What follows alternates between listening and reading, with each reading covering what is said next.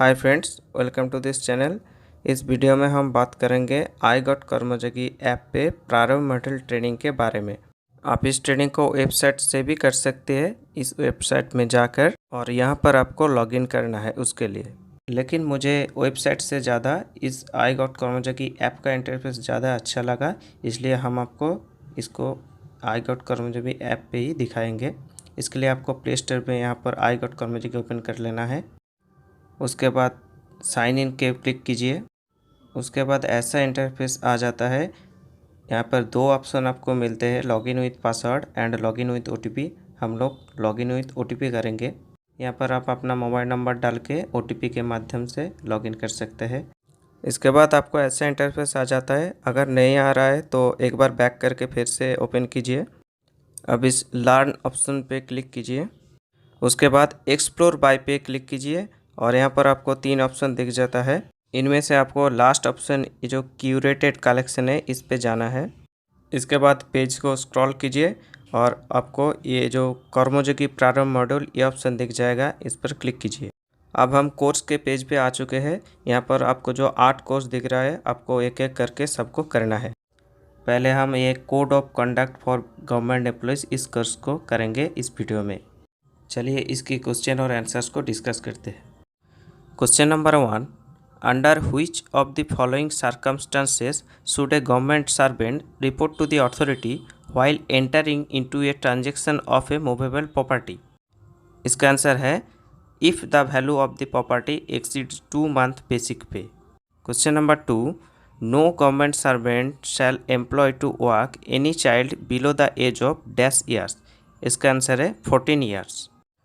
Question number 3, state what a government servant should do if he had received oral instruction or direction from his official superior. इसका answer है he would obtain the written confirmation from the office superior. Question number 4, name the activity which does not require sanction or permission of the prescribed authority. इसका answer है to participate in श्रमदान organized by government department of the Bharat सेवक समाज during spare time.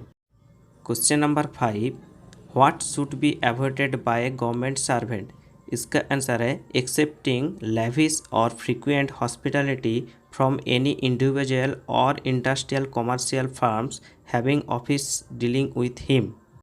Question number 6, what is the maximum limit of gift to be received on occasion of wedding, religious function etc.